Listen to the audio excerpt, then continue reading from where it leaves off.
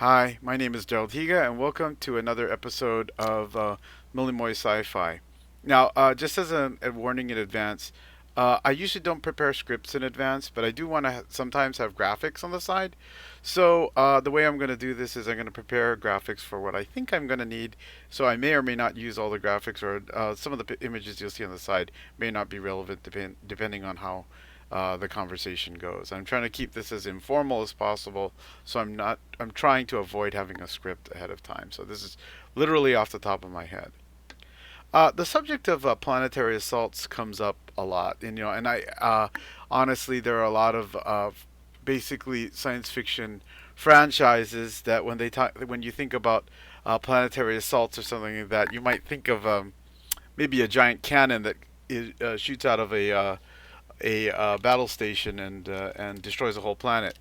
Uh, you know, I think that, or you might think of giant fleets showing up that try to attack major population centers and land huge invasion forces. But really, if you think about it, a lot of that doesn't quite make sense. A lot of this is sort of what I would call the Hollywood side of science fiction, not necessarily the literary side of science fiction. If you are more thinking about doing this for personal fiction, or because you're doing a game, or you're doing a novel, or something like that, or a role playing game, you probably want to think out your universe more because both of these alternatives, if we dive into it, don't quite make as much sense as the sort of the movie magic makes it look like. I think if you want to start, and I usually start with something that's familiar, especially when I'm trying to do science fiction and I want to try to figure something out roughly.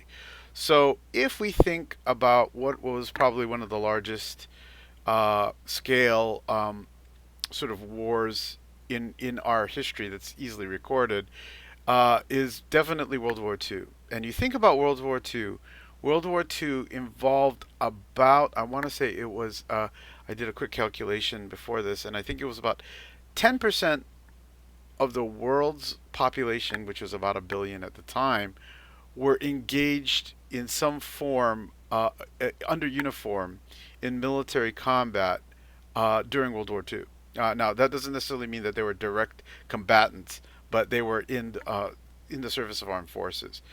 That's a lot of people, and this is a conflict that was spanned over over years and years and years, and it was global. It was globe spanning. So when we think about the scenario, sort of the scenario that is often used in science fiction, the idea of alien fleets showing up and sort of attacking a planet, or in the case, let's say that it's a different type of science fiction where you have two rival two rival factions that are fighting over a planet, then you have to think about the scale of that. And so if we take the scale of World War II as an example, assuming that all sides have roughly equal technology parity, have technology parity. So, of course, obviously, if there's a big difference in technology, those numbers might change. But assuming that, let's say, it's two combatants that have engaged in interstellar combat and their technology levels are reasonably close, if you're talking about a planet of, let's say, 4 to 6 to 10 billion people, or aliens or whatever, that's going to be a huge, like, if you intend to occupy and basically take over um, a planet, it's going to require a huge number of forces. And this is already making a lot of assumptions. One of the assumptions is fairly equal parity. Second assumption is that basically that this is a planet where one or both sides do not require special environmental needs. So that, let's say that if let's stick with humans, sort of golden age science fiction, where these are either humans or very human-like aliens. Then what we're talking about is basically a largely oxygen nitrogen atmosphere and a water surface, and you're basically, it's sufficiently Terra-like that both sides can fight with minimal amounts of extra atmospheric gear. You're still talking about a large number of forces, and these forces all have to be transferred over interstellar distances. Which, if you think about, eh, so it makes scenarios that we typically see in the movies seem pretty darn unlikely. On the flip side, if we take this, so the other alternative that we often see is the idea that, well, if we can't invade, then we destroy. Okay, and this has, and there's a lot of exotic weapons like basically uh, battle stations that can destroy planets and things like that. A lot of that doesn't really make any sense if you think about it, right?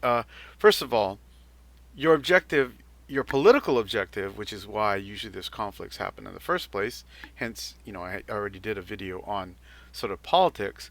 Um, the political objective has to be that you are somehow deciding that the planet is not of any political worth. So you are not trying to convince someone, or you're not trying to convince whoever you're attacking to comply to you. Like, if you are, then blowing them up does no good.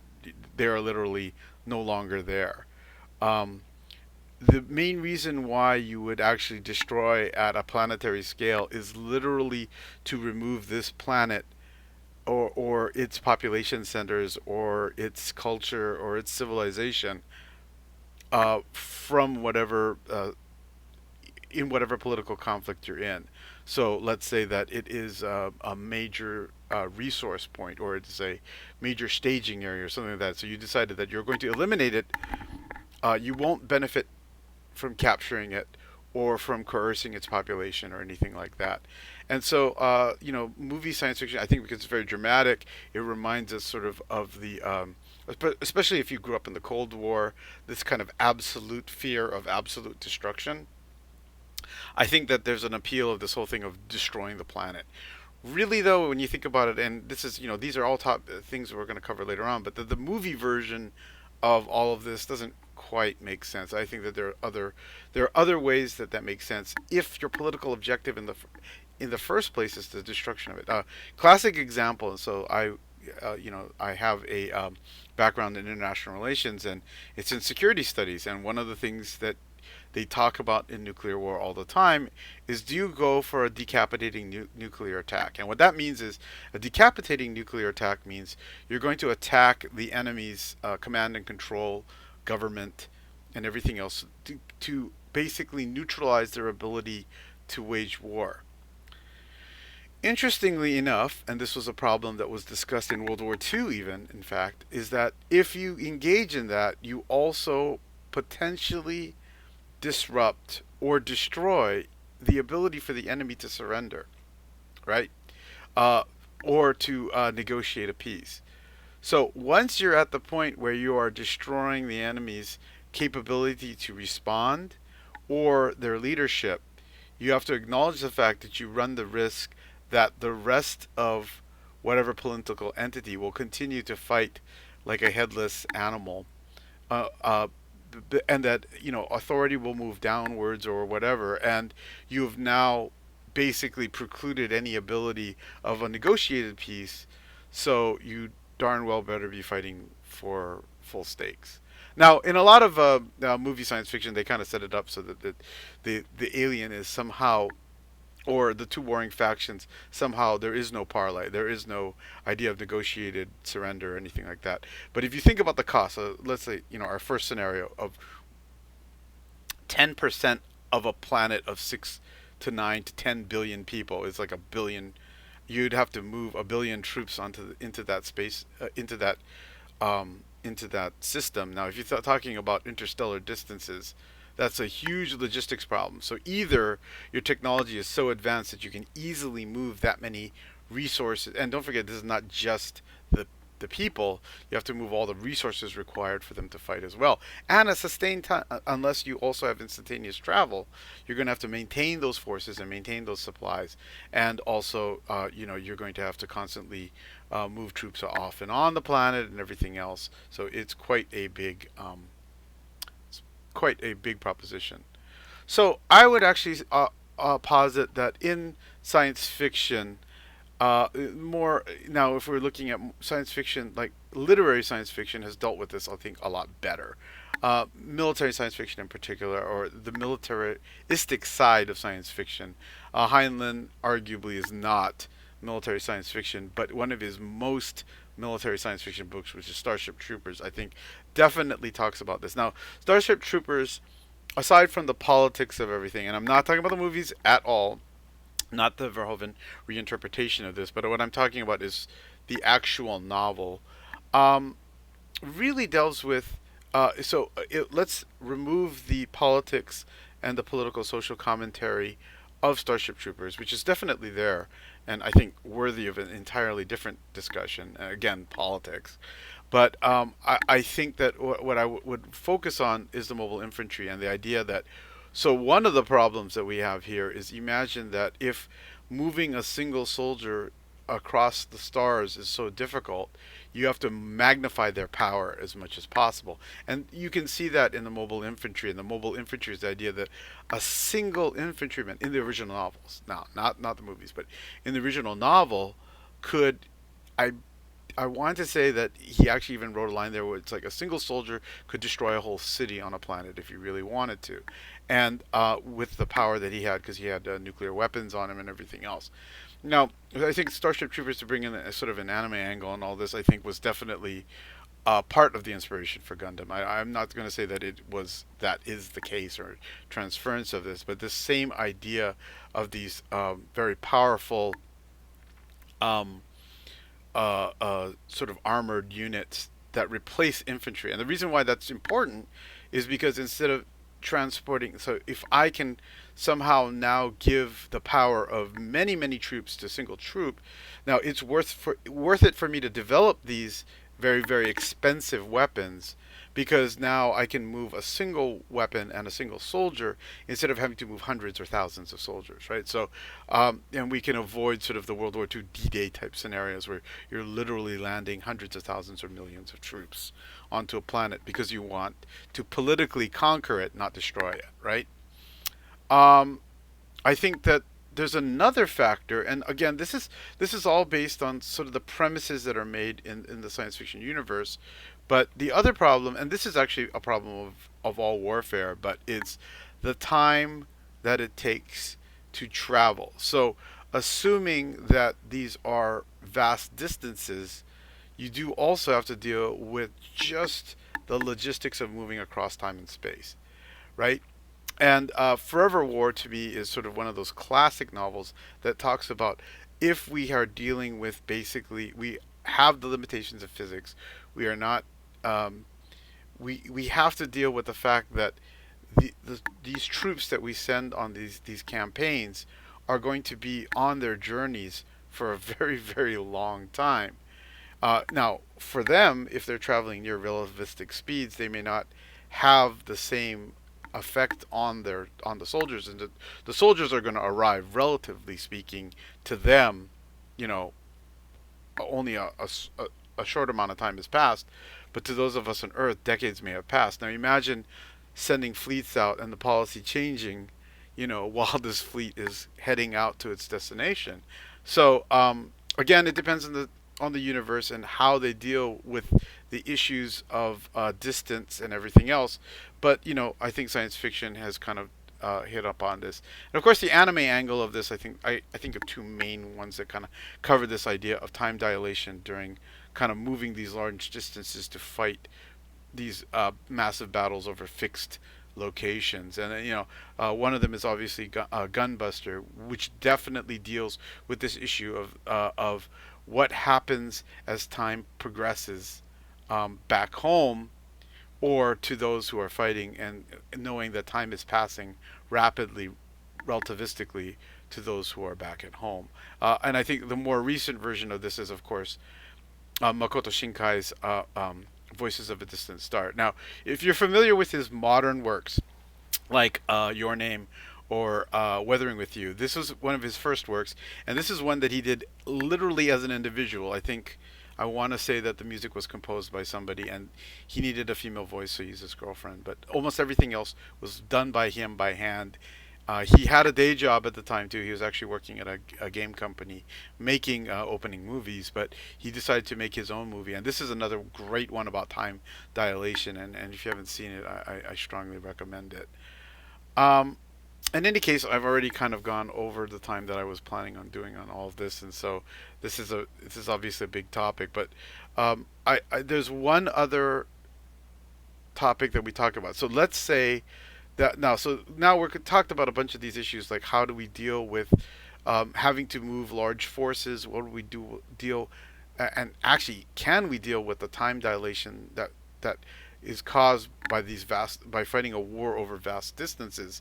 Um, let's go the other route. Let's assume that planetary destruction ultimately is the goal. I think, and actually, I forgot to prepare another slide, but there was an American comic called Albedo, and it was one of those first hard science fiction. Now, the weird thing about this is it's an anthropomorphic comic, so it gets a little confused in there because people, I think, initially read it because it was an anthropomorphic comic, but actually, it was a very, very hard science fiction comic, which I think is very unusual because most comics aren't necessarily quite as hard as this one was, particularly given the era that it was written in. And one thing that it discussed about the fact is that you don't really need planetary busting weapons at all. Basically, all you need to do is transfer a lot of kinetic energy into the atmosphere. So the slide that I forgot was, of course, Yamato, because in Yamato, the reason why the Earth is in the state that it's in is basically because the Earth is being pummeled by asteroids, which, of course, also harkens to Starship Troopers, the idea of just using asteroids or dumb rocks and fling it in another planet. That is sufficient to destroy it, right? Because eventually you'll do enough damage or you'll throw enough material into the atmosphere to basically, if they depend on solar energy at all, which presumably some form of life will require an external input of energy unless they're completely geothermally driven, that will cause some kind of ecological crisis, let alone the sheer physical damage caused by these rocks impacting it. But albedo was interesting because it talked about the idea of transferring a massive amount of using that thermal energy that we associate with just throwing dumb rocks, which of course would probably be the cheapest way to attack Earth, right? Attack a planet is to just bombard it. Oh, basically, because you know where it's going to be at any given time, you can predict its path in space, and you can just keep sending unguided objects into its atmosphere. But what albedo did was actually quite interesting. What it talked about was transferring a massive amount of kinetic energy into the atmosphere, and it would do so in such a manner where the atmosphere itself would absorb the kinetic energy. So, in other words, instead of a single solid rock, but a rock that was designed to disperse and upon impact with the atmosphere is enough for it to pulverize, and then the smaller objects would then transfer all its kinetic energy into the atmosphere. This would still destroy the atmosphere, don't get me wrong, but the idea was that instead of completely rendering the planet useless, it would largely destroy the planet's ecosystem, its biosphere, and everything else. But if there were aspects of the planet, it would not necessarily completely render the planet unusable. I think the analogy, I guess, that he was going at, this was still a post early post Cold War era, so Cold War or post Cold War era kind of comic book, was the idea of neutron bombs. And the idea of a neutron bomb was, instead of this thermonuclear weapon that completely destroyed everything, that it would largely irradiate the area and but still leave physical buildings intact. It would still be contaminated, but the idea is that it's not a complete destruction. It's only a destruction of biological life. Anyway, I think that this went a little bit longer than I intended, but this is a topic that I could probably have gone on for another 45 minutes on, I guess, I suppose. But it's just a quick preview of the fact that, when we look at the movies and what we associate sort of with planetary assaults, I feel like it's a bit too showy, but science fiction has been trying to deal with some of these issues, and I think that there are more subtle ways of dealing with it, or more new, I shouldn't say subtle, this is usually talking about planetary destruction, but there are more nuanced ways to talk about some of these subjects. And like from the basic thing of what is your goal? Are you trying to destroy this planet? Are you trying to subjugate this planet? You have that range as a storyteller. You have that range of options to you, and also, and beyond that, then how is it done, and how can you justify it? Because the costs that you can imagine, the cost of moving things interstellar space. I mean, this is like the problems of moving things overseas on Earth multiplied by the vast distances of space. So the whole the logistics problems, the transport times, and then the temporal problems. So what happens when you have to send these fleets out and they're on 50-year missions, or they're on 20-year missions, or something like that? That's extremely long, a long period of time. There are historical analogies that we can draw upon, but it's a very, very complex subject. Anyway, thanks for joining me again. This one went a little too long, but hopefully it was interesting. And I'll talk to you later.